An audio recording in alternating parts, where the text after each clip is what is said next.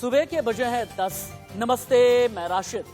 आप लोगों में से शायद कई अपने ड्राइंग रूम में बैठे होंगे, अपने अलग अलग कमरों में बैठ करके मेरा बुलेटिन देख रहे होंगे और पीछे ये जो भी लिखा हुआ है ना, आप शायद ये कहेंगे कि बतौर खबर नवीस मैं बहुत एक्सट्रीमिस्ट होकर के बात कर रहा हूं। क्यों ना करूं, यूपी का रहने वाला हूं तो क्यों ना करूं।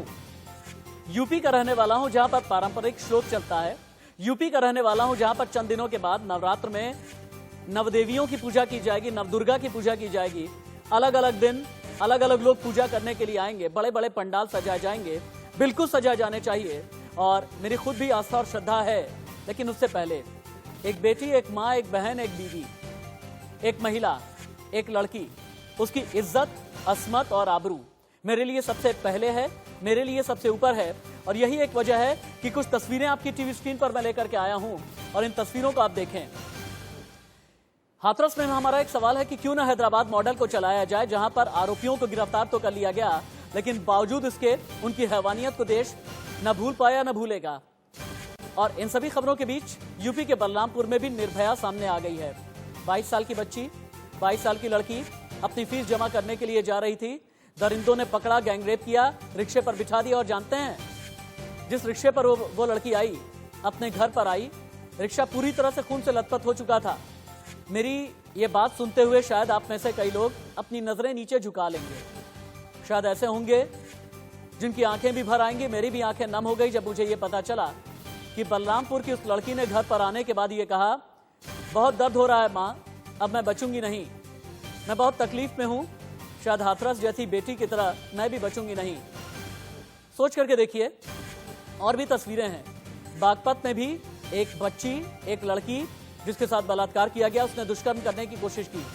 हद तो यह हो गई कि आजमगढ़, मैं पूर्वांचल का रहने वाला हूं, यूपी पूर्वांचल का, खांटी उत्तर प्रदेश वाला हूं, लेकिन वहां पर अगर आजमगढ़ में एक 8 साल की बच्ची के साथ रेप हो गया, शायद उस बच्ची को इस बात का इल्म भी नहीं होगा कि रेप जैसे शब्द का मतलब क्या होता है, लेकिन उसकी भी इज्जत को तार तार करने में दरिंदों ने एक ना सोची।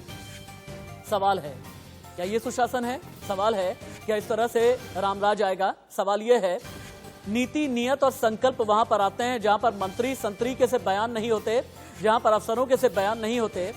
आप सोच करके देखिए ना, जिनकी मौत हो गई उनकी रूह आज की तारीख में क्या कह रही होगी? उनकी रूह यही कह रही होगी ना, मम्मी, पापा, माँ, भैया, मैं फिर से आऊंगी और आना चाहूंगी इस जमीन पर जहां पर मेरी मुस्कान को कोई रोकने की कोशिश ना करे। ये भी तो कह रही होंगी ना, मैं फिर से अपने नन्हे कदमों के जरिए तुम्हारी उंगलियां पकड़ करके चलना चाहूंगी, जहां पर दरिंदे मेरी तरफ नजरें न उठा पाएं। और हाँ, मैं शायद उत्तर प्रदेश में नहीं, किसी और जगह पर जन्म लेना चाहूंगी, क्योंकि मैं यहां पर महफूज नहीं रहती। और मेरी अस्मत को तार तार करने के बाद यह कहा जाता है कि घर और खानदान पर दाग लग गया। लेकिन सवाल है, यूपी पुलिस की गाड़ी पलटेगी क्या? विकास दुबे को लेकर के आते हुए यूपी पुलिस की गाड़ी पलट गई थी। मुंबई से एक अपराधी को लाते हुए यूपी पुलिस की गाड़ी पलट गई, अपराधी की मौत हो गई। हमने इस पर भी सवाल उठाया था, लेकिन अब यूपी पुलिस की गाड़ी पलट क्यों नहीं रही है? और हम इसलिए ये सवाल कर रहे हैं। आप ये कहेंगे कि मैं एक्सट्रीमिस्ट होकर के बात कर रहा हूं, लेकिन करूंगा। मेरे घर में माँ भी है, बेटी भी है, बहन भी है। एक लड़की की इज्जत की क्या वैल्यू होती है, क्या कीमत होती है, हमें पता है। जिसने भी इस तरह का दंश झेला या झेलते हैं, आप समझ पाते हैं उनकी रूह तक भी कैसे तार तार हो जाती है। जंजीरों में जकड़ करके यत्र नार्यस्तु पूज्यते रमन्ते तत्र देवता जैसे पारंपरिक श्लोक मत बोलिए, मत बोलिए। मॉरल साइंस के लेक्चर मत दीजिए और नहीं पढ़ाइए। बस बच्चों को एक ही तरीके का इल्म तो देना चाहिए ना, कि एक लड़की, एक बेटी, एक बहन, एक मां, एक महिला, उसे उसी नजर से देखें जिस नजर से अपने घर की महिलाओं को देखते हैं। लेकिन यूपी पुलिस से सवाल है, यूपी के निजाम से सवाल है, यूपी के मंत्री, संतरी, अफसर, DGP, ADG, law and order से सवाल है, कब रुकेगा हाथरस? कब रुकेगा बुलंदशहर, बागपत, मेरठ? कब रुकेगा? कब रुकेगा आजमगढ़? कब मिलेगी गारंटी? हाथरस की घटना ने एक बार फिर से देश को झकझोर दिया है। हाथरस के अलावा यूपी, बलरामपुर, बुलंदशहर, बागपत, आजमगढ़ में भी लड़कियों के साथ दरिंदगी की घटनाओं ने यूपी में कानून व्यवस्था और पुलिस पर सवाल खड़े किए। क्या उत्तर प्रदेश बेटियों के लिए सुरक्षित नहीं रह गया? पहली breaking news, Balrampur UP rape के बाद युवती की मौत हो गई। हाथरस यूपी गैंगरेप के 15 दिन के बाद मौत हो गई। बुलंदशहर यूपी युवती से दुष्कर्म। आजमगढ़ यूपी गुड़िया मांग रही है इंसाफ। बागपत यूपी बागपत में भी कलंक। हाथरस मामले में एसआईटी की जांच शुरू हो गई है। गृह सचिव की अध्यक्षता में 3 सदस्यों की टीम कर रही है जांच। एसआईटी की टीम सादाबाद के सीओ से कर रही है पूछताछ। एसआईटी की टीम सीओ से ये पूछ रही है क्या हुआ, किन हालातों में आधी रात को अंतिम संस्कार कर दिया गया। गैंगरेप पीड़िता के परिजनों से भी पूछताछ की जा रही है। घटनास्थल जाकर भी जांच करेगी एसआईटी। हाथरस पीड़िता के परिवार से मिल रही एसआईटी। राहुल गांधी प्रियंका गांधी भी आज हाथरस पहुंचने वाले हैं। रिपोर्ट।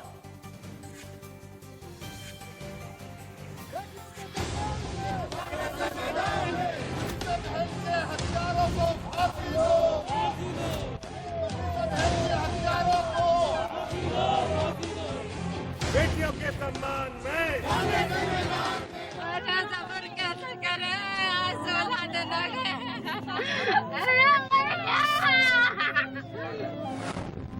यूपी पुलिस का सबसे शर्मनाक चेहरा देखिए। ये क्या चल रहा है, इतना बस बता दीजिए सर, बस इतना सा मुझे बता दीजिए। मैं क्राइम अभी आप बोल रहे थे कुछ और चल रहा है। मुझे आई डोंट नो। नहीं अभी मैं बाहर से हूँ। नहीं अभी आपने मुझे बोला कि नहीं बॉडी नहीं है, क्या है सर, बॉडी है कि नहीं है?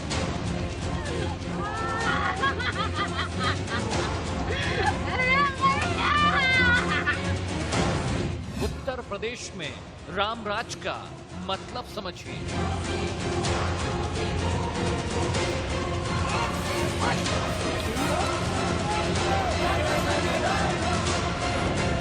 योगी के उत्तम प्रदेश की पुलिस नाकारा है।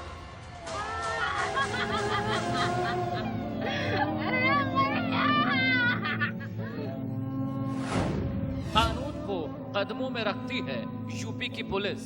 आपको घर में बंद कर दिया था? हाँ, किसने बंद कर दिया था आपको घर में? इस बारे में क्या कहते हैं, भीतर बंद करते हैं और क्या कहते हैं, उन लोगों ने बेटी की बॉडी को लेके चले गए। पुलिस ना लड़की की आबरू बचा पाई। हम लोगों को डर है पुलिस वालों को, वो हमारे साथ जबरदस्ती कर रहे हैं, वो वहाँ शमशान ले जाने के लिए। सरकार से हम यही कहेंगे कि हमें न्यायिक जांच होनी चाहिए। ना पीड़ित लड़की की जान ही बच पाई। परिवार अंतिम संस्कार तक नहीं कर पाया।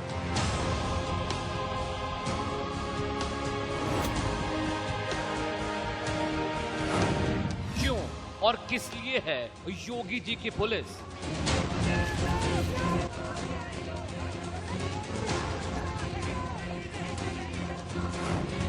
यूपी में राम भरोसे है कानून व्यवस्था।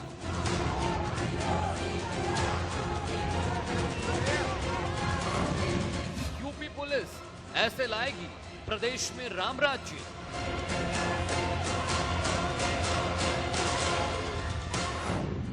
क्या यही है यूपी सरकार का राम राज्य?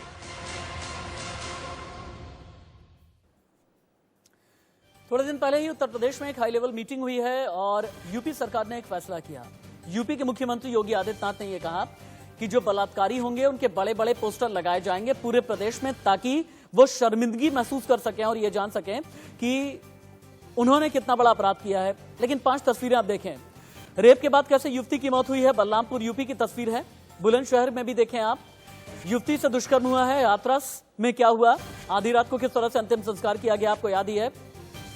आजमगढ़ की गुड़िया मांग रही है इंसाफ, 8 साल की बच्ची, रेप किया गया। बागपत में भी कलंक, और बागपत में रेप करने के बाद एक पीड़िता ने आत्महत्या करने की कोशिश की।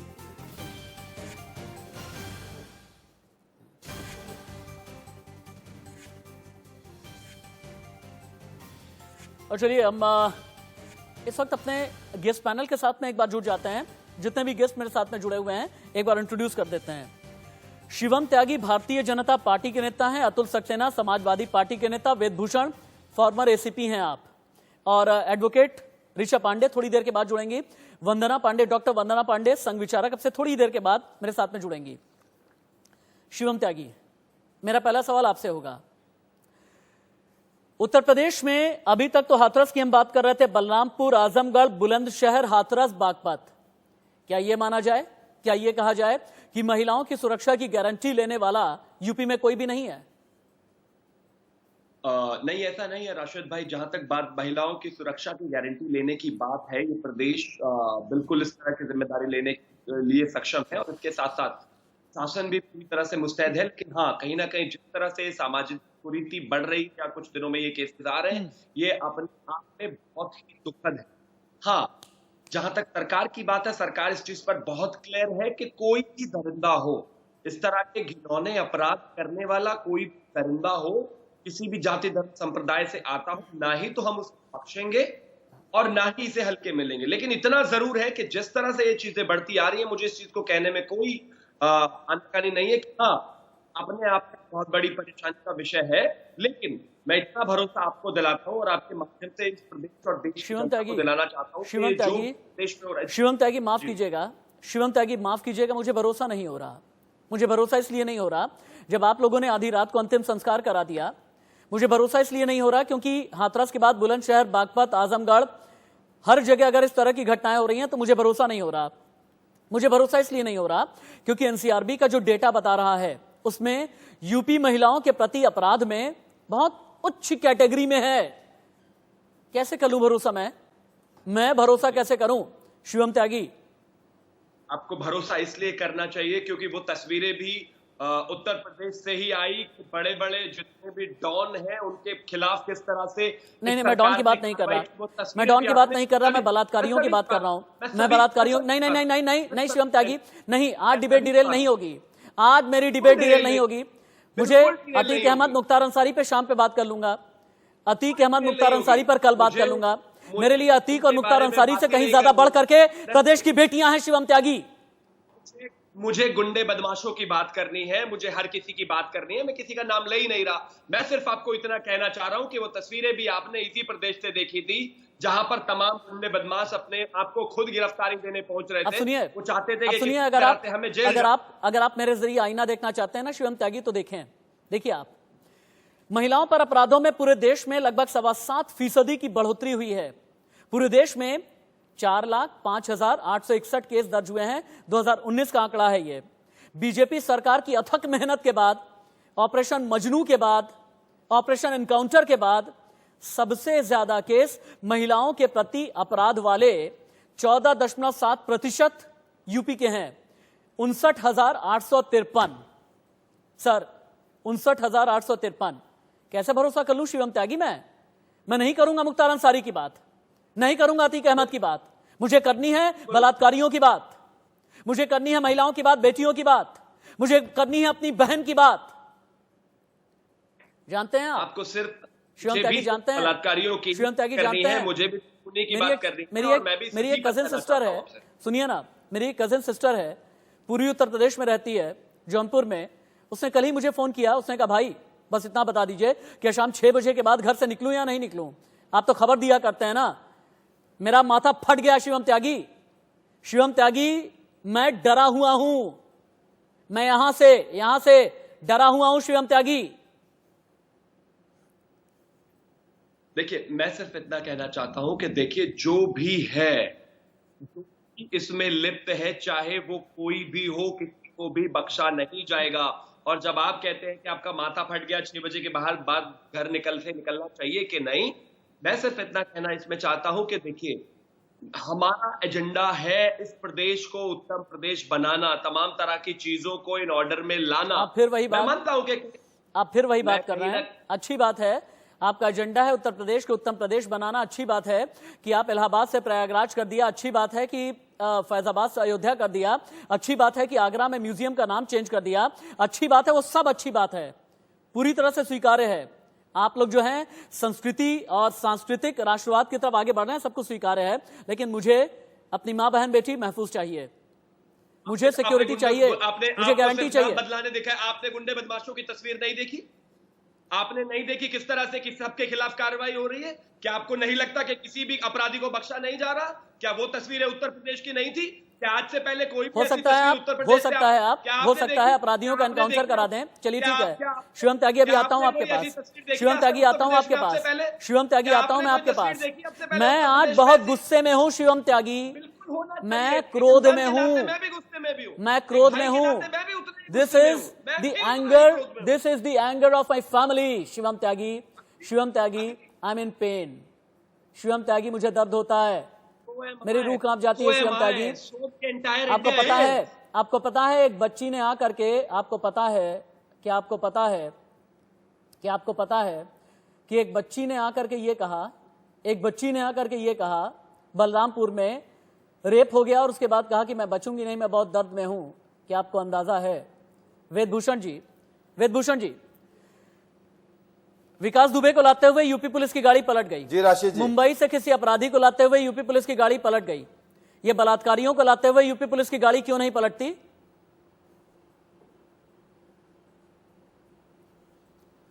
राशिद जी, हमें बड़ा दुख है, इन बच्चियों के साथ रेप हुआ, इनके साथ अन्याय हुआ। हिंदुस्तान में रूल ऑफ लॉ है।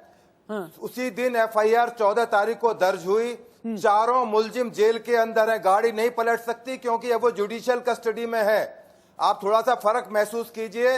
जब हैदराबाद में एनकाउंटर हुआ था तो बड़ा हंगामा किया गया था कि पुलिस वाले बड़े जल्लाद हैं, गोली मार देते हैं। विकास दुबे के लिए बड़ा हंगामा करा गया कि मंदिर के अंदर सरेंडर कर दिया और पुलिस वालों ने उसकी गाड़ी पलट दी, उसको मार दिया। अभी आपने मुंबई से लाते हुए क्रिमिनल का आपने जिक्र किया कि गाड़ी पलट गई और मर गया। अब वो जुडिशियल कस्टडी में है। आज इलाहाबाद हाई कोर्ट के अंदर एक पिटीशन फाइल हो रखी है। इसमें 376D, जिसमें के आजीवन कारावास, 302 फांसी की सजा का प्रावधान है। मुकदमा दर्ज है। कानून पर विश्वास कीजिए। पूरे हिंदुस्तान के अंदर अभी राजस्थान से एक न्यूज आ रही है कि वहां भी गैंग रेप हुआ है। वेदभूषण जी, निर्भया कांड के बाद में कानून पर मुझे विश्वास है, देश के संविधान पर मुझे विश्वास है, लेकिन एक काम कर लेते हैं। की बात आ रही, क्या हम इंफोग्राफिक स्टूडियो जा सकते हैं अनुभव? आधा मिनट, ठीक है। अरे आधा मिनट का टाइम दीजिए राशिद भाई, आधा मिनट का। अच्छा ठीक है, बोल रहे हैं, अपनी बात पूरी कर लें, बात पूरी करें, बिल्कुल करें अपनी बात पूरी, बिल्कुल कीजिए अपनी बात पूरी। राशिद जी, निर्भया केस आपको याद है? निर्भया दिल्ली में हुआ था, आपको याद है? निर्भया केस दिल्ली में हुआ था। जब सिंगापुर से उसकी बॉडी को लाया गया था तो अर्ली मॉर्निंग में द्वारका के शमशान घाट में उसका, वो भी रात के टाइम में उसका दाह संस्कार किया गया। तो उसमें क्या था कि उसके पेरेंट्स सपोर्ट कर रहे थे पुलिस को। इस केस के अंदर पुलिस को उसके पेरेंट्स सपोर्ट नहीं कर रहे। राजनीतिक माहौल गरमाया जा रहा है दिल्ली के अंदर, सफदरजंग के अंदर। आम आदमी पार्टी, भीमसेना, दुनिया भरे के लोग जो नेतागिरी करने के लिए सड़क पर आ गए। पुलिस के पास कोई ऑप्शन नहीं था। आप चाहते थे कि वहां सड़कें जाम होती, गोलियां चलाई जाती। पुलिस का जो भी एक्शन है बिल्कुल जस्टिफाइड है और पुलिस को आप हर टाइम कटघरे में ना खड़ा करें। एक समाज की जिम्मेदारी है लड़कियों को प्रोटेक्शन देना। क्या अक्यूज्ड हैं उनके माँ बाप की जिम्मेदारी नहीं थी? होल्ड सर, हाथ जोड़ करके मैं आदर पूर्वक नमन करता हूं आपको, आदर पूर्वक नमन करता हूं आपको। जानते हैं क्यों? इसलिए आदर पूर्वक नमन करता हूं। मेरे साथ में प्लीज वेदभूषण जी को रखें, आप वेदभूषण जी को रखें। वेदभूषण जी, मुझे तो बड़ी शर्मिंदगी होती है, चूंकि मेरा नाम राशिद हाशमी है लेकिन मेरी मां का नाम है राजेश्वरी शुक्ल, और इस नाते मुझे यह पता है कि हिंदू धर्म रीति रिवाज से जो अंतिम संस्कार किया जाता है कितने बजे किया जाता है, आत्मा की शांति के लिए किस तरह से रीति रिवाज होते हैं। यूं ही जंगल में ले जाकर के आधी रात को 2:45 बजे, जब रात का तीसरा पहर होता है, रिपीट, जब रात का तीसरा पहर होता है ना, तब कभी भी अंतिम संस्कार नहीं किया जाता। और अगर आप उसको जस्टिफाई कर रहे हैं, आदर पूर्वक नमन है, लेकिन मैं शर्मिंदा हूं आपके शब्दों पर। आई रिपीट, आप बड़े हैं, आदर पूर्वक नमन है, लेकिन आपके शब्दों पर मैं शर्मिंदा हूं। अगर आप यूपी पुलिस का आधी रात का ये जो कर्मकांड है, यूपी पुलिस का आधी रात का जो कांड है, नहीं, नो सर, नो, झगड़े होते, जाम होते, मारपीट होती, गोलियां चलाई जाती, तब दाह संस्कार होता। वो डेड बॉडी को ले आकर, उनका प्लान था कि इंटेलिजेंस की रिपोर्ट थी कि वहां पर दंगे कराए जाएंगे, सड़क पर डेड बॉडी को रखा जाएगा, हंगामा करा जाएगा। कांग्रेस, फला, ये पार्टी, भीमसेना, तमाम अपने हथकंडे अपनाएगी अपने राजनीतिक स्कोर को सेटल करने के लिए। वेदभूषण जी, आप बिल्कुल सरकार के प्रवक्ता की तरह बोल रहे हैं। मेरे ख्याल से शिवम त्यागी के साथ एक ही विंडो में मुझे आपको काट देना चाहिए। जो सरकार के प्रवक्ता और शिवम त्यागी नेता बीजेपी। हर टाइम पुलिस को कोसना। चलिए आईना दिखाता हूं, आईना दिखाइए। चलिए मेरी पीसीआर टीम एडिटोरियल टीम आपको आईना दिखाएगी, आप सबको आईना दिखाएगी। हैवानियत कब तक, ये बहुत बड़ा सवाल है। देश में जानते हैं हर 15 मिनट में महिलाओं के प्रति अपराध का एक केस आता है। यूपी में हर दिन औसतन 11 केस आते हैं। 30,000 से ज्यादा केस हर साल आते हैं औसतन। 1,33,000 से ज्यादा केस अदालत में पेंडिंग हैं महिलाओं के प्रति अपराध वाले। हर 4 में से 3 केस में आरोपी छूट जाया करते हैं। और निर्भया के गुनहगार, मैं हाथरस की निर्भया की बात कर रहा हूं, निर्भया के गुनहगारों की तस्वीरें दिखाएं और हम तो ये कहेंगे क्यों नहीं हैदराबाद मॉडल इनके साथ भी अख्तियार किया जाता। दिखाइए दिखाइए। संदीप उम्र 22 साल, लवकुश उम्र 19 साल, राजकुमार रामू 28 साल, रवि उम्र 35 साल। क्यों नहीं हैदराबाद मॉडल इस्तेमाल किया जाए। पुलिस पर परिवार के आरोप भी दिखा दें, क्या क्या आरोप हैं। हम एक बार नहीं चलेंगे, अभी हम चलेंगे, लेकिन मेरे ख्याल से एक बार फिर से अतुल सक्सेना के पास जाना चाहिए। मुझे अतुल सक्सेना के पास लेकर के चलिए। समाजवादी पार्टी के नेता हैं, उसी पार्टी के नेता हैं जिनके बहुत बड़े सुप्रीमो ने एक जमाने में ये कहा था बच्चे हैं, बच्चों से गलती हो जाया करती है। अतीत में झांक करके मैं देखूंगा, क्योंकि बेटियों की अस्मत का सवाल है अतुल जी। शायद मेरे शब्द बड़े चुभ रहे होंगे, कर्कश लग रहे होंगे, लगने भी चाहिए। क्यों नहीं सड़क पर उतर रहे आप लोग। कहां है समाजवाद, वो समाजवाद जिसके बारे में आप लोग कहते हैं लोहिया और जनेश्वर मिश्र वाला, जेपी वाला। कहां है समाजवाद। इस समाजवाद को सड़क पर आना चाहिए। हाथरस से लेकर के बुलंदशहर तक, बागपत से लेकर के बलरामपुर तक आना ही चाहिए।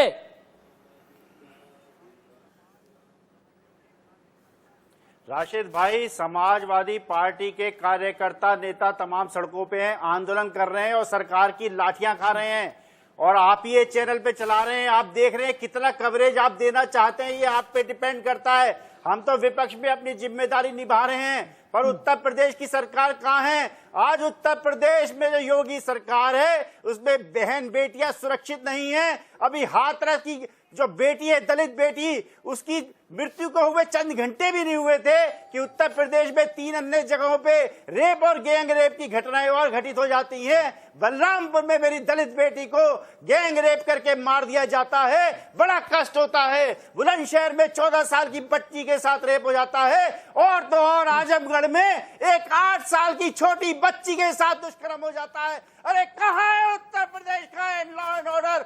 आज बड़ा कष्ट होता है चैनल पे बैठ करके कि इस योगी राज में जो है उत्तर प्रदेश को आरोपियों को संरक्षण देने का कार्य चल रहा है। अरे योगी राज जो है बेटी बचाओ के नारे में काम नहीं करती है, ये रेपिस्ट बचाओ के नारे में काम करती है। और मुझे तकलीफ ये होती है कि ये डीएम और एसएसपी किसके दबाव में इस तरीके के बयान देते हैं, और रात में 2:40 पर बहन का अंतिम संस्कार कर देते हैं। अरे जो दलित बेटी जिसने जघन्य अपराध को झेला, जिसने अक्षम्य अपराध को झेला, उसके परिवार को उसके अंतिम समय में उसके चेहरे को भी नहीं देखने दे रहा था। ये एसएसपी और ये डीएम किसके दबाव में सबूतों को मिटाने का कार्य कर रहे हैं, मैं आपके चैनल से पूछना चाहता हूं। अरे राशिद भाई, शर्म आनी चाहिए। उत्तर प्रदेश की सरकार जो है वो रेपिस्ट को बचाने की कार्रवाई करती है, और करे भी क्यों ना। आपने देखा होगा किस प्रकार से स्वामी चिन्मयानंद को जो उत्तर प्रदेश में मंत्री थे, उन्हें बचाने के लिए इसी योगी ने उत्तर प्रदेश के क्रिमिनल लॉ को बदल के रख दिया। अतुल सक्सेना, मेरी टीम ने यहां पर आपके ये जो माइक लगाया ना, जैसे मैं बोल रहा हूं, अगर पिच नीची भी करके आप बोलेंगे ना, ठीक इसी तरह की आवाज आएगी। बड़ा अच्छा माइक हम लोग लगाते हैं, बड़ी अच्छी क्वालिटी का माइक है, लेकिन अपनी बात आप कहते रहें, लेकिन ये ना कहें यूपी सरकार जो है ये रेप के आरोपियों को बचा रही है। ऐसा भी नहीं है, कोई भी सरकार रेप के ऐसे आरोपियों को नहीं बचाती। इतनी नीति और नियत और संकल्प होता है। प्लीज राजनीतिक शुचिता में रह करके ये बात ना कहें। सुमित दुबे के पास चलते हैं। सुमित, आज हाथरस में कितने वीडियो ऑप्शन, फोटो ऑप्शन होने वाले हैं, एसआईटी जांच के बारे में बताएं, और कितने बड़े बड़े नेता आने वाले हैं, मंत्री आने वाले हैं, कितने वीडियो ऑप्शन होंगे जरा बताएं आज।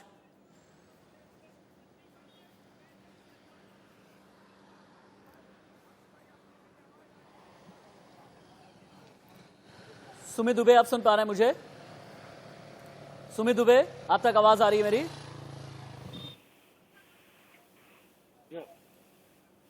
सुमित दुबे, चलिए, सुमित की आवाज मुझे ठीक तरीके से आ नहीं पा रही है।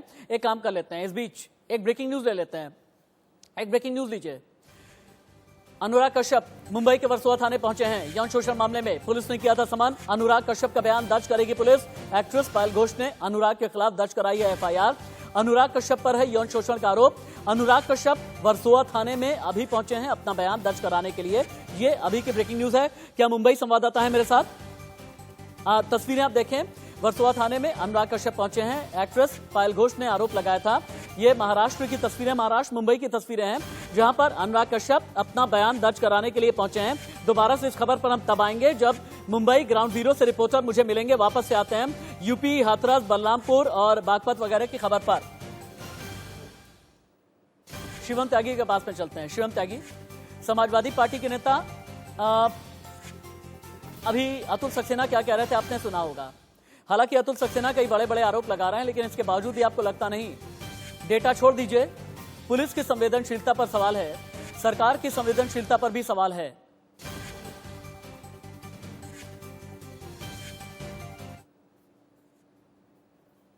शिवम त्यागी, उन्होंने दलित बेटी का नाम लिया और खास तौर पर एक अलग तरह का झंडा चलाने का वो प्रयास कर रहे हैं। पर चलिए ठीक है, वो उसका अधिकार है, वो राजनीति कर सकते हैं। लेकिन जो आप कह रहे हैं संवेदनशीलता पर जो सवाल उठना चाहिए, कहीं ना कहीं मुझे लगता है पुलिस ने उस माहौल को, सिचुएशन को देख के जो भी कदम लिए होंगे वो हमारे सामने है। और मैं इस बात को मानता हूं कि एसआईटी का जो गठन है वो भी कहीं ना कहीं इस बात को क्लियर करेगा कि किन सिचुएशन में, किन सर्कमस्टांसेस में ये तमाम तरह की चीजें हुई और किस वजह से ये सब कदम पुलिस को लेने पड़े। मैं सिर्फ इतना मानता हूं कि कोई भी कानून से बाहर है, चाहे पुलिस कोई ऑफिसर्स हो, चाहे कोई भी हो। कल जब एसआईटी की जांच करेगी, तमाम पहलुओं को भी जांच करेगी कि क्यों रात को 3 बजे इस तरह का कदम लेना पड़ा या इसकी क्या वजह रही। मैं बिल्कुल पूरी तरह से इस विश्वास में हूं कि तमाम ऑफिसर्स जो है कहीं ना कहीं इस चीज को बताएंगे एसआईटी टीम को और ये भी समझाएंगे कि किस वजह से ये कदम लेना पड़ा। शिवम त्यागी, मैं बताऊंगा अभी आपको।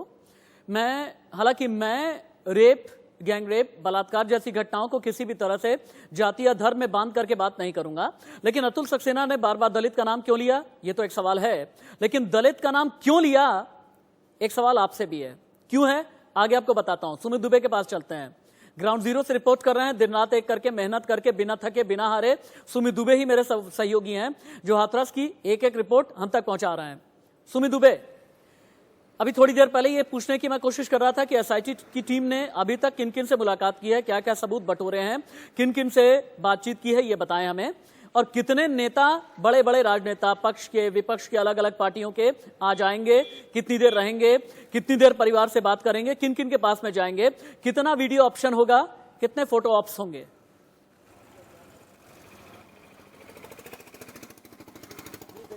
राशिद, सबसे पहले एसआईटी की बात करते हैं तो एसआईटी की टीम शाम को यहाँ पर आई थी। पहले उसने जो पुलिस के अधिकारी थे, प्रशासन के अधिकारी थे जो यहाँ पर मौजूद थे, जब अंतिम संस्कार हुआ तब यहाँ पर मौजूद थे, उनके साथ बातचीत करी। और उसके बाद एसआईटी के सदस्य यहाँ पर आए इस गाँव में, लेकिन उस वक्त गाँव में मीडिया भी मौजूद था तो ज़्यादा बातचीत नहीं हो सकी। आज सुबह एसआईटी के मेंबर दोबारा से गाँव में गए। ये आप देख सकते हैं, यहाँ पर ये जो रास्ता है ये सीधा गाँव के लिए जाता है। बैरिकेडिंग करके यहाँ पुलिस बैठी हुई है। यहाँ पर मीडिया को आज रोक दिया गया है। जब हमने पूछा कि क्यों रोका गया है तो उनका साफ साफ कहना था कि मीडिया की मौजूदगी में एसआईटी के मेंबर्स ढंग से जो पीड़ित लड़की थी उसके फैमिली मेंबर्स के साथ इंटरेक्ट नहीं कर पा रहे, बातचीत नहीं कर पा रहे, इसी के चलते आपके मूवमेंट को रोक दिया गया है। और न सिर्फ मीडिया के मूवमेंट को रोका गया है बल्कि कोई भी आउटसाइडर अब यहाँ से अंदर नहीं जा सकता है। ये पहली बात है एसआईटी के बारे में। जहाँ तक आपने पॉलिटिकल लीडरशिप की बात करी, पॉलिटिकल लीडर्स की बात करी, तो यहाँ पर ये अभी जो समाजवादी पार्टी के प्रवक्ता कह रहे थे थोड़ी देर पहले, तो थोड़ी बहुत सच्चाई है उनकी बात में, क्योंकि समाजवादी पार्टी के कुछ कार्यकर्ता, करीब 30-40 कार्यकर्ता यहाँ एक तरीके से परमानेंट रुके हुए हैं। रात में भी थे, दिन में भी हैं। कांग्रेस पार्टी के कार्यकर्ता भी यहाँ रुके हुए हैं, बीच बीच में नारेबाजी भी करते हैं। तो ये एक जो लोकल लीडरशिप है अपोजिशन पार्टीज की, वो यहाँ पर एक्टिव है। बड़े नेताओं की अगर हम बात करें तो कांग्रेस पार्टी की राहुल गांधी और प्रियंका गांधी के आने की संभावना है। ठीक है, लेकिन बहुत बड़ी संभावना है कि अगर वो, मेरी आपसे गुजारिश है सुमित, ग्राउंड जीरो से सबसे सच्ची, सबसे ज्यादा तथ्यों वाली रिपोर्ट आप दे रहे हैं। एसआईटी के एक एक अधिकारी से आप बात करते रहें, कप्तान से बात करते रहें, जितने भी अधिकारी हैं उन्होंने क्या कहा, नेता जितने भी पहुंच रहे हैं इनसे भी बात करते रहें, सवाल पूछते रहें। आपके पास दोबारा लौट करके आऊंगा। डॉक्टर वंदना पांडे भी मेरे साथ में जुड़ गई हैं, टीवी स्क्रीन पर हैं, संघ की नेता हैं, सोशल एक्टिविस्ट हैं, विमेन एक्टिविस्ट हैं, एकेडमिशियन हैं और महिलाओं को लेकर के बहुत संवेदनशील रहती हैं। लेकिन बहुत बड़ा सवाल है, सवाल यह है कि चंद दिनों के बाद जब देवी दुर्गा के 9 रूपों की पूजा की जाएगी ना, जहां पर शैलपुत्री पूजा की जाएगी, ब्रह्मचारिणी की पूजा की जाएगी, चंद्रघंटा, कुष्मांडा, स्कंद माता, कात्यायनी, कालरात्रि, महागौरी, सिद्धिदात्री, इन सभी की जितने लोग पूजा करेंगे उन्हें एक चीज याद रखनी पड़ेगी, जब भी 9 रूपों की पूजा करें उससे पहले हाथरस को याद कर लें, बुलंदशहर बागपत को याद कर लें, बलरामपुर को याद कर लें, आजमगढ़ को याद कर लें। याद इसलिए करना पड़ेगा क्योंकि ये यूपी हमारा और आपका है, पूरे देश का है, देश का सबसे बड़ा सूबा है। और अगर उत्तर प्रदेश को उत्तम बनना है तो फिर महिलाओं की सुरक्षा की गारंटी होनी जरूरी है। आगे बढ़ते हुए, चूंकि हम एक ही बात कर रहे हैं, हाथरस इस वक्त हैदराबाद मॉडल मांग रहा है। हैदराबाद मॉडल इसलिए मांग रहा है क्योंकि अगर फैसला ऑन द स्पॉट नहीं होता तो फिर एक बात यह समझनी बहुत जरूरी है कि उत्तर प्रदेश में बलात्कार, रेप, गैंग रेप या महिलाओं के प्रति जितने भी अपराध हैं ये कम होने का नाम नहीं लेंगे। डिबेट को हम आगे बढ़ाएंगे, लेकिन बड़ी खबर है, हाथरस के 3 पुलिसकर्मी कोरोना संक्रमित हो गए हैं। पीड़िता के परिवार की सुरक्षा में तैनात थे तीनों पुलिसकर्मी। पूरे गांव को कंटेनमेंट जोन घोषित कर दिया गया है। बीएसपी सुप्रीमो मायावती कुछ कह रही हैं, सुनिए। जो बहन बेटियों का उत्पीड़न कर रहे हैं, महिलाओं का उत्पीड़न कर रहे हैं, तो उन पर ये सरकार जरूर अंकुश लगाएगी, लेकिन ऐसा नहीं हुआ। बड़े दुख के साथ कहना पड़ता है कि जब मैं आज सुबह उठी और मैंने न्यूज़ वगैरह देखा तो मुझे मालूम हुआ कि हाथरस की तरह ही तो बलरामपुर जिले में भी एक दलित छात्रा के साथ लगभग ऐसी ही घटना घटी और उसकी मौत भी हो चुकी है, जो अति दुखद है, अति निंदनीय है। तो कहने का तात्पर्य ये है कि उत्तर प्रदेश में वर्तमान भाजपा सरकार में तो कानून का नहीं बल्कि गुंडों, बदमाशों, माफियाओं, बलात्कारियों एवं अन्य अराजक तत्वों का राज चल रहा है। और यहाँ कानून व्यवस्था पूरी तरह से दम तोड़ चुकी है। खासकर इस सरकार में यहाँ की बहन बेटियां तो बिल्कुल भी सुरक्षित नहीं है। जैसा कि मैंने अभी आपको बताया कि मैं सोच रही थी कि हाथरस के बाद ये लोग हरकत में आएंगे, लेकिन नहीं आए। और बलरामपुर की घटना जब मैंने आज सुबह न्यूज़ में देखी तो मुझे झकझोर दिया। मुझे ऐसा लगा कि मुझे मीडिया में जाकर यदि यूपी सरकार नहीं जाग रही है तो मुझे केंद्र की सरकार को जगाना चाहिए। मुझे केंद्र की सरकार को जगाना चाहिए। और उत्तर प्रदेश में आप लोगों को ये मालूम है कि जब से ये सरकार बनी है तो ये सरकार कानून व्यवस्था के नाम पर अब तक पता नहीं कितने फरमान जारी कर दिए हैं। इस सरकार ने आए दिन लोगों के मकान खूब तोड़े हैं, एनकाउंटर भी खूब किए हैं। अब इसमें कितनी सच्चाई है ये तो आने वाला समय बताएगा। लोग तो ये कहते हैं कि जो कुछ भी इन्होंने अभी तक कार्रवाई की है लोगों के मकान तोड़ने में और एनकाउंटर में, तो इसमें ईमानदारी कम है बल्कि राजनीतिक स्वार्थ ज़्यादा है। मेरे ख्याल ये बहुत ही ये नीचे किस्म की ये हरकत है। यदि ऐसा है जो लोगों की आम चर्चा है, यदि इसमें सच्चाई है तो ये इससे कोई यूपी की सरकार को हम अच्छी सरकार नहीं कह सकते हैं।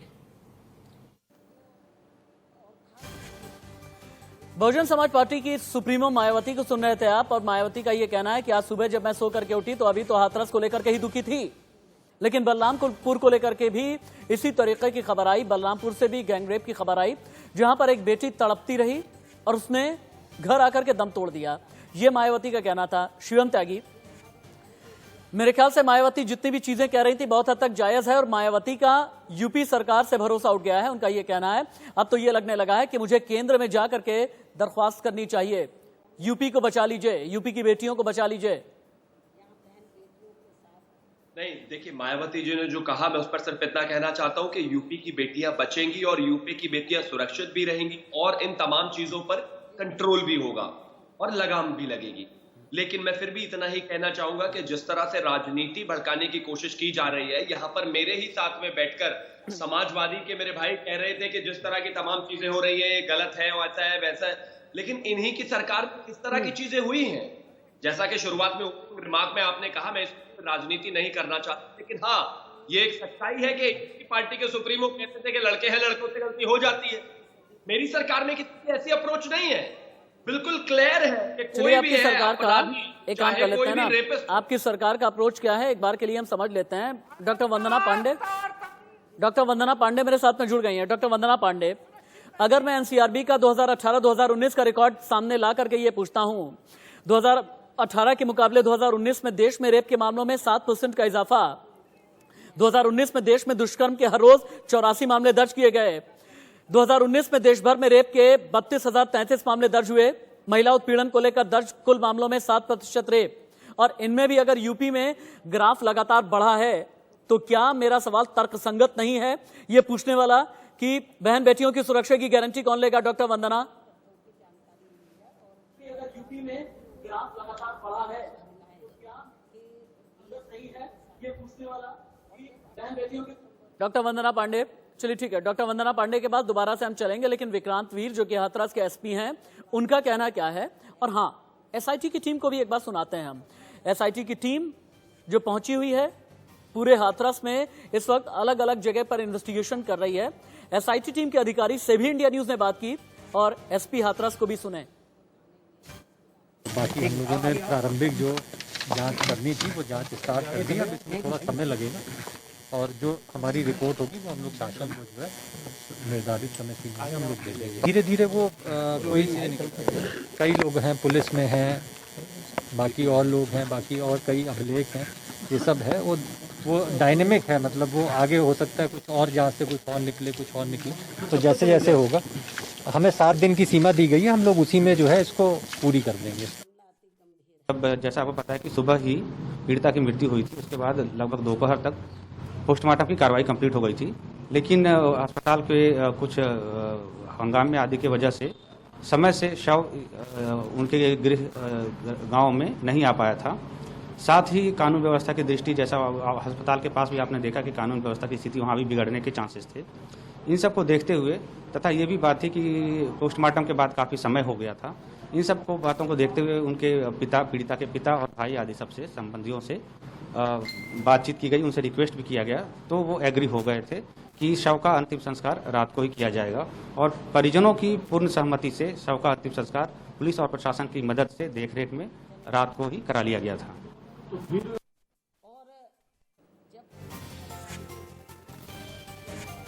हाथरस के एसपी विक्रांत वीर को सुन रहे थे आप। विक्रांत वीर ने क्या कहा ये बिल्कुल आपके सामने है और ईमानदारी से कुछ सवाल करूंगा, लेकिन पहले मैं अभी अतुल सक्सेना के पास में जाना चाहता हूं। अतुल सक्सेना, ऐसा क्यों होता है कि आपकी पार्टी, हालांकि ठीक है जाति की राजनीति आप लोग करते हैं, MY समीकरण की राजनीति उत्तर प्रदेश में करते हैं, वो आपका वोट बैंक है, लेकिन ऐसा क्यों है अगर कोई रेप हो जाए तो फिर उसे भी आप मुस्लिम, हिंदू, दलित, नॉन दलित, सवर्ण, गैर सवर्ण इसमें बांटने की कोशिश करते हैं?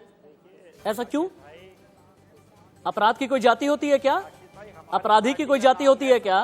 पीड़ित पीड़िता की कोई जाति होती है क्या? राशिद भाई आप समझ लीजिए, राशिद भाई निकलिए ना जाति से, उचित है, बाहर आइए, जाति से बाहर आइए। और आज जो चैनल पे बैठ करके जो आपने बात कही है मुझे अच्छा लगा, आपने अच्छा लगा कि आपने पहली बार भाजपा को आईना भी दिखाया। जहां तक हमारी पार्टी का सवाल आईना तो मैं आपको भी दिखाता हूँ, आईना मैं आपको भी दिखाता हूँ। आप ही ने कहा था यूपी में दम है, जुर्म यहाँ कम है, काश की तभी जुर्म वहाँ पर कम कर दिया होता। आईना आपको भी दिखाता हूँ, यूपी में दम है, जुर्म यहाँ कम है। 2010-2011 बहुत बड़े फिल्म स्टार के जरिए बुलवाया करते थे आप, बहुत बड़े फिल्म स्टार के जरिए बुलवाया करते थे आप ही के सुप्रीमो ने ये कहा था ना, बच्चे हैं गलती हो जाया करती है, तो आईना तो आपके लिए भी है, आईना आपके लिए भी है। मैं आईना से फेक को नहीं दिखाता। राशिद भैया मेरी बात सुनिए, आप मुझे मौका दीजिए बोलने का। अभी आप ये देखिए, जो पिछले 14 दिनों से ये घटनाएं चल रही हैं और जो योगी राज में 3 साल से चल रही हैं, आज मन आहत है। हमारी बेटियों की जो रेप और गैंगरेप की घटना है, उसकी चिता की आग ठंडी भी नहीं हो पाती है कि दूसरी घटना सामने आ जाती है। और अभी ये एसपी जो हाथरस का जो बयान दे रहा था, ये किसके दबाव में बयान दे रहा था? इसने अभी एक कहा कि परिवार की सहमति से अंतिम संस्कार कराया गया है। अरे ये एसपी झूठ बोलता है, और यदि ये झूठ बोलता है तो ऐसा क्या है, किसके दबाव आपको में, तो बहुत अच्छे से पता होगा ना, दबाव में ये झूठ बोलने का अतुल सक्सेना, आपको तो बहुत अच्छे से पता होगा ना कि पुलिस अधिकारी किसकी जबान बोलते हैं। आपको बहुत अच्छे से पता होगा कि पुलिस अधिकारी किसकी जबान बोलते हैं। वेदभूषण जी, देखिए मैं तो बड़ा ज्ञानी हूँ, एक मिनट रुकिए, रुक जाइए आप। वेदभूषण, अरे रुकिए ना भाई, अतुल सक्सेना रुकिए ना। मैं काम करता हूं, चूंकि ये डिबेट बहुत ही सार्थक तरीके से आगे बढ़ रही है, इस डिबेट का वक्त मैं बढ़ाना चाहता हूं। अगर आप तीनों की ही इजाजत हो तो मैं 11:30 बजे तक इस डिबेट को लेकर के जाना चाहता हूं। शिवम त्यागी, अतुल सक्सेना, वेदभूषण जी, आप तीनों से ही मेरी, अरे बहुत मौका दूंगा, आधे मिनट में अपनी बात खत्म कर दूंगा, मैं बहुत मौका दूंगा, लेकिन अरे भाई सुन तो लीजिए ना मेरी बात।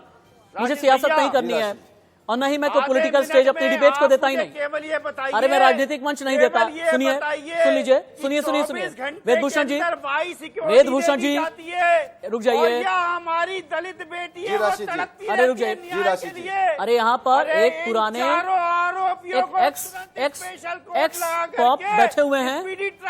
अतुल सक्सेना रुक जाइए, अरे अतुल जी रुकिए ना, मेरा सर दर्द कर रहा, रुकिए 1 मिनट, रुक जाइए 1 मिनट।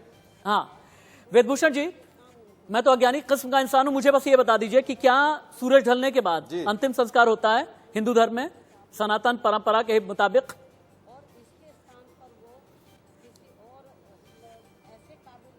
देखिए राशिद जी, पुलिस पर उंगली उठाना बहुत ही आसान है, क्योंकि मैंने तो कुछ बोला ही नहीं, अभी मैंने सिर्फ ये पूछा है, सुन तो लीजिए, नहीं वेदभूषण जी, 3 दिन आप सुन लीजिए, वही बात है वेदभूषण जी, सुन लीजिए, केवल मैं पूछूंगा 3 दिन गंगा, के अंदर आप कहेंगे यमुना, परिवार ने लिख के दिया है, राशिद जी उनके परिवार ने लिख के दिया है कि हाँ संस्कार कर दिया जाए। नहीं मुझे बस ये बताइए, जानकारी के लिए बता रहा हूँ, सनातन धर्म में सूरज ढलने के बाद अंतिम संस्कार होता है क्या? रात के तीसरे पहर में अंतिम संस्कार होता है क्या? होता है। इमरजेंसी यदि बॉडी खराब हो रही थी, बॉडी सड़ रही थी, पुरानी बॉडी हो गई थी, कर दिया गया। ये आम हालात नहीं है, हर हालात में नहीं होता। जानते हैं आपकी बात, 2:45 बजे के थोड़ी देर के बाद पॉप फट जाती है और 3 घंटे के बाद उजाला हो जाता है। सूरज उगने का इंतजार किया जा सकता था, इतनी बायोलॉजी मुझे भी पता है, और गलती से मैं जूलॉजी और बॉटनी का स्टूडेंट भी हूँ, गलती से मैं जूलॉजी और बॉटनी का भी स्टूडेंट रहा हूँ, तो मुझे इतना भी पता है कि शरीर, ऐसे हालात होते सुन तो लीजिए, करना पड़ता है। शरीर डीके, अंग्रेजी का एक शब्द होता है डीके, हिंदी में उसे बोलते हैं क्षरण। क्षरण, शारीरिक डीके जो होता है, बॉडी डीके कितनी देर में होता है, इसे रोकने के लिए, बचाने के लिए क्या किया जाता है? अंतिम संस्कार में जब घंटों तक किसी अपने का इंतजार किया जाता है ना, तो फिर 2 घंटे या 2.5 घंटे इंतजार किया जा सकता है। गलती से मैं विज्ञान का भी स्टूडेंट रहा हूं, और इसीलिए शायद आप जैसे मूर्धन्य, आप जैसे ज्ञानी लोगों से बात कर पाता हूं, शायद तभी बात कर पाता हूं मैं। और इतना मुझे भी पता है, सनातन धर्म में कभी भी सूरज ढलने के बाद अंतिम संस्कार नहीं किया जाता। अस्पताल में, सफदरजंग अस्पताल के बाहर क्या हो रहा था? सफदरजंग अस्पताल के बाहर ये आम आदमी पार्टी वाले, भीमसेना वाले वहाँ क्या कर रहे थे? एकदम ठीक किया था, यही चाहते थे आंदोलन क्यों नहीं करेंगे? आंदोलन क्यों नहीं करेंगे? के लिए सरकार ने सवाल क्यों नहीं उठाएंगे? तो अरे मैं कह रहा हूँ, सवाल क्यों नहीं उठाएंगे? मतलब आप आगजनी कराएं। अच्छा यही बताइए, यूपी पुलिस की गाड़ी पलटनी चाहिए कि नहीं पलटनी चाहिए? मतलब आप ये चाहते हैं शिवम त्यागी, गोली चलनी शिवम त्यागी, यूपी पुलिस की गाड़ी पलटेगी क्या? हाथरस के जो आरोपी हैं, बलरामपुर के जो आरोपी हैं, इनके लिए भी यूपी पुलिस की गाड़ी पलटेगी क्या? और कहते हैं कि यूपी पुलिस को गाड़ी पलटवाने के लिए लखनऊ से कॉल एक आ जाए तो बहुत होता है, पलट जाती है गाड़ी। मैं सिर्फ इतना कहना चाहता हूं कि जैसे कि पहली बार जब किसी हत्यारे की गाड़ी पलटी थी जिसने 8 पुलिस वालों को शहीद कर दिया था, तो किस तरह से हरियाली आंसू रोए थे समाजवादी, बीएसपी और कांग्रेस ने। इनसे एक बार पूछिए, ये यहाँ पर भी रोना शुरू कर देंगे क्या? क्योंकि इनके प्रॉब्लम है कि जैसे ही कोई भी हत्यारा, रेपिस्ट, बलात्कारी, उसको मारा जाता है, मौत के घाट उतारा जाता है या सेल्फ डिफेंस में उसके ऊपर गोली चलाई जाती है, ये तो रोना शुरू कर देते हैं। अभी देख लीजिए, अभी ये बलात्कारियों को फांसी देने की बात कर रहे हैं, लेकिन अगर भगवान ना करे कोई भी ऐसे सर्कमस्टांसेस में, ये सिचुएशन में नहीं, तो पूछिए इनसे जरा कि ये बलात्कारियों के साथ नहीं खड़े होंगे क्या? ठीक है, क्योंकि ये तो हर आप जगह तीनों से ही मेरी गुजारिश है, पंडित देख लेते हैं, आप तीनों से ही मेरी गुजारिश है, शिवम त्यागी, अतुल सक्सेना, वेदभूषण जी, आप तीनों से ही मेरी गुजारिश है, क्योंकि प्रदेश की बेटियों को लेकर के बात हो रही है और मैं उम्मीद करता हूं ना तो मैं एस्केपिस्ट रहूंगा और न ही आप एस्केपिस्ट रहेंगे। आप रहेंगे मेरे साथ 11:30 बजे तक, आप रहें मेरे साथ में और आगे भी बातचीत होगी। मुझे चूंकि देश दुनिया की 6 बड़ी खबरें दिखानी हैं, इन 6 बड़ी खबरों के जरिए आप ये जान लें कि देश दुनिया में क्या चल रहा है, लेकिन याद रहे वापस लौट करके मैं आजमगढ़ पर आऊंगा, बुलंदशहर बागपत पर आऊंगा और मैं अपनी एडिटोरियल टीम से मेरी गुजारिश है, आजमगढ़ से रिपोर्टर जोड़ें, बुलंदशहर से रिपोर्टर लाइव दें, बागपत में जो संवाददाता हैं उनके साथ में जोड़ें, बलरामपुर के कोरेस्पोंडेंट के साथ भी मुझे